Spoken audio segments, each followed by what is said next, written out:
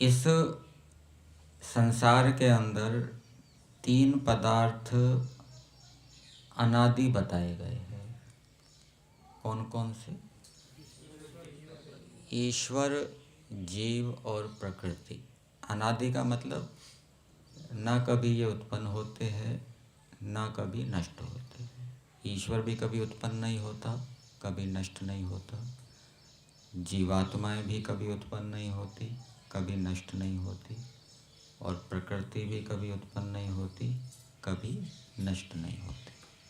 प्रकृति इस संसार को बनाने की सामग्री है, जिसको उपादान कारण भी कहा जाता है।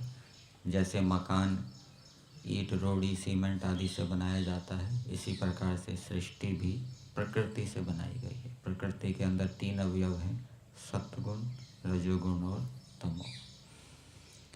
अब इन तीनों में क्या संबंध है? सांख्य दर्शन के अंदर एक सूत्र आता है 5वें अध्याय में, नाजः संबंधो धर्मी ग्राहक प्रमाण बाधात। जिस बात का कोई प्रमाण नहीं है, उस बात को मानना नहीं चाहिए, उस बात को स्वीकार नहीं करना चाहिए। और जो बात प्रमाणों से सिद्ध होती है, उस बात को मानना चाहिए, उस बात को स्वीकार करना चाहिए। जैसे ईश्वर साकार है, ईश्वर की मूर्ति है, कोई आकृति है,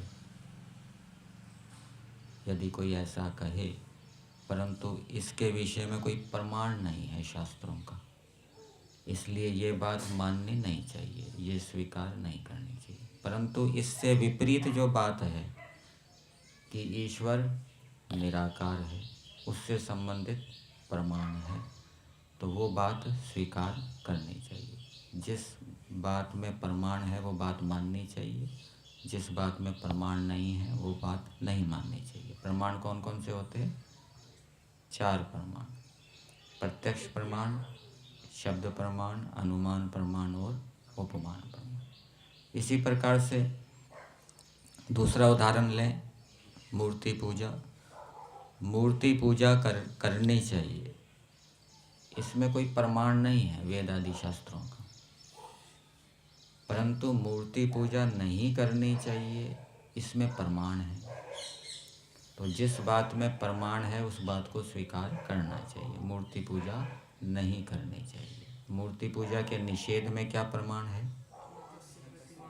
न तस्य प्रतिमा अस्ति, ये यजुर्वेद के 32वें अध्याय का 3रा मंत्र है। और क्या प्रमाण है? 40वें अध्याय में भी मंत्र दिया है, अंधन तमा प्रविशन्ति ये असंभूतिम उपासते ततो भूयैव ते तम। और फिर उपनिषद के भी प्रमाण दिए गए हैं। तो मूर्ति पूजा नहीं करनी चाहिए, इस विषय में शास्त्रों में प्रमाण है, तो उसको स्वीकार करना चाहिए, उसको मानना चाहिए। तो जो बात प्रमाणों से सिद्ध है उसको मानना क्या कहलाता है? न्याय कहलाता है। न्याय दर्शन के अंदर आता है, प्रमाण ही अर्थ परीक्षणम न्याय। प्रमाणों से अर्थ की परीक्षा करना न्याय है। तो प्रमाणों से अर्थ की परीक्षा करके उसको मानना, स्वीकार करना, ये न्याय है। और बिना प्रमाण के कोई बात मान लेना, जिसमें कोई शास्त्र, अनुमान, प्रत्यक्ष प्रमाण नहीं है, वो क्या है? अन्याय है। तो ये जो सूत्र है, नाजः संबंधो धर्मी ग्राहक प्रमाण बाधात।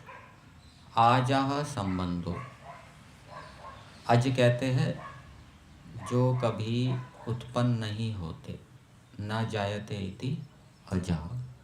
ईश्वर भी कभी उत्पन्न नहीं होता, इसलिए उसको अज कहते हैं। प्रकृति भी कभी उत्पन्न नहीं होती, इसलिए उसको अजा कहते हैं। और जीवात्मा भी कभी उत्पन्न नहीं होते, इसलिए उनको अजा कहते हैं। तो जो इन अज पदार्थों में परस्पर का जो संबंध है उसको कहेंगे आजः संबंधः। ठीक है? तो ईश्वर, जीव और प्रकृति, इन तीनों में कोई संबंध नहीं है। अब आप कहेंगे कि वेद के अंदर तो संबंधों की चर्चा आई है, यजुर्वेद के 31वें अध्याय में बताया है, अमृतत्व से ईशानः, परमेश्वर अमृतत्व अर्थात जीवात्माओं का प्रकृति का स्वामी है, नियंता है, ये संबंध बताया है। प्रकृति का स्वामी बताया है, जीवात्माओं का स्वामी बताया है, और ये सूत्र कह रहा है कि इनके अंदर कोई संबंध नहीं है। क्या ईश्वर और सृष्टि में संबंध है? ईश्वर और सृष्टि में तो संबंध है, कारण कार्य का संबंध है। ईश्वर ने सृष्टि बनाई है, ईश्वर इस सृष्टि का कारण है, और सृष्टि क्या है? कार्य है। जीवात्मा और सृष्टि का संबंध है, जीवात्मा और सृष्टि का भी संबंध है। जीवात्मा भोक्ता है और सृष्टि क्या है? भोग्य है, ये संबंध है। परंतु सृष्टि जिससे बनी है, सृष्टि तो कभी उत्पन्न नहीं होती ऐसा नहीं है, वो तो उत्पन्न होती है, लेकिन प्रकृति तो कभी उत्पन्न नहीं होती, जो इस सृष्टि को बनाने का मसाला है। तो प्रकृति और जीवात्मा में, प्रकृति और ईश्वर में कोई संबंध नहीं है। जो भी संबंध होता है ईश्वर का, ईश्वर को जो प्रकृति का स्वामी कहा गया है, नियंता कहा गया है, वो जीवात्माओं के कर्म फल की अपेक्षा से कहा गया है। ठीक है ना। जीवात्माओं के यदि कोई कर्म ना हो तो ईश्वर का प्रकृति के साथ कोई लेना देना नहीं है। ईश्वर प्रकृति को कोई छेड़ेगा ही नहीं। ईश्वर प्रकृति को छेड़कर संसार क्यों बनाता है? अपने लिए थोड़ा ना बनाता है, जीवात्मा के लिए बनाता है।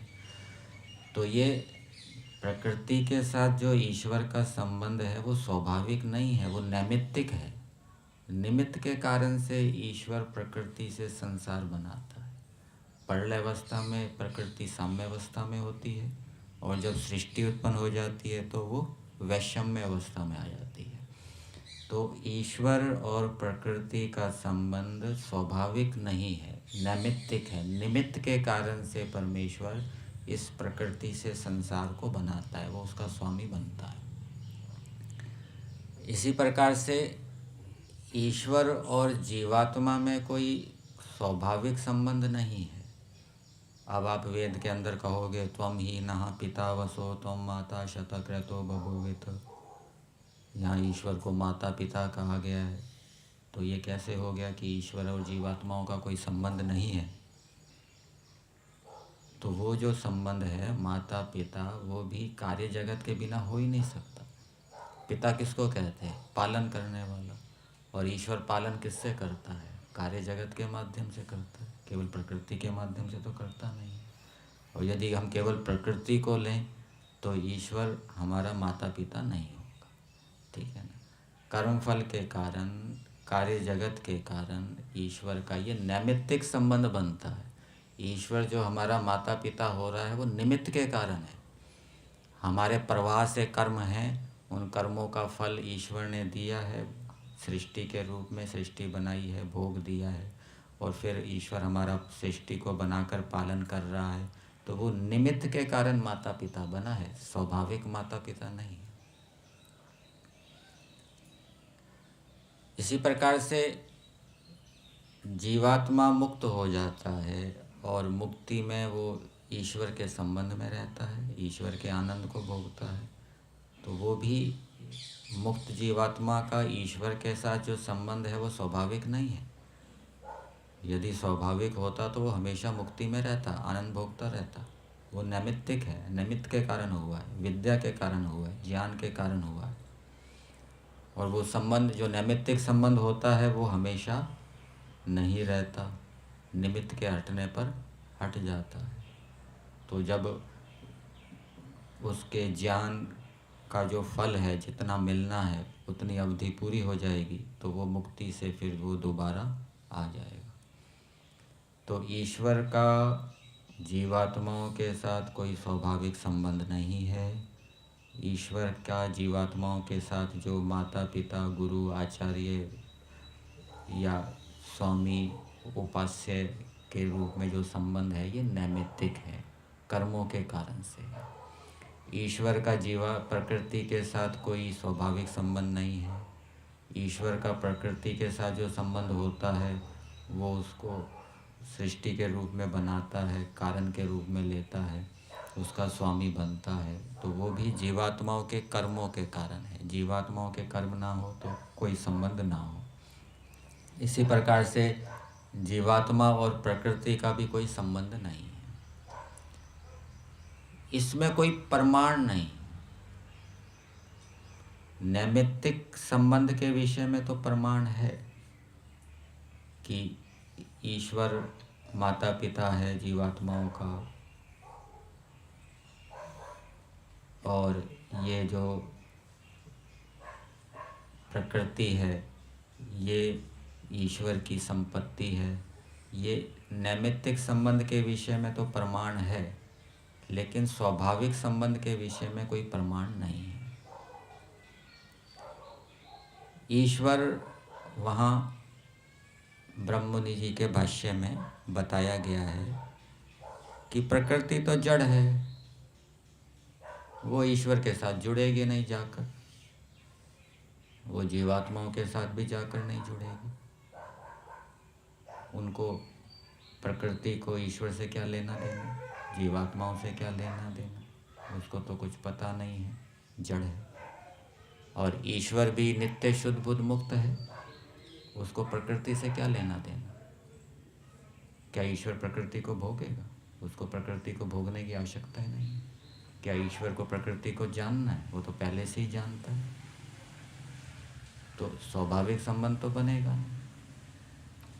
वो जो प्रकृति के साथ ईश्वर जुड़ रहा है वो किस लिए जुड़ रहा है? जीवात्माओं को कर्मों का फल देने के लिए। इसी प्रकार से जीवात्मा का भी प्रकृति से कोई लेना देना नहीं है। जीवात्मा को कुछ चाहिए क्या?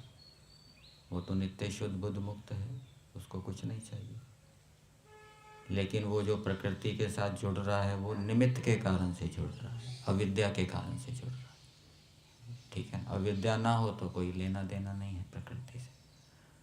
फिर तो विद्या के होने पर वो तो ईश्वर के साथ जुड़ता है, ईश्वर का आनंद प्राप्त करता है।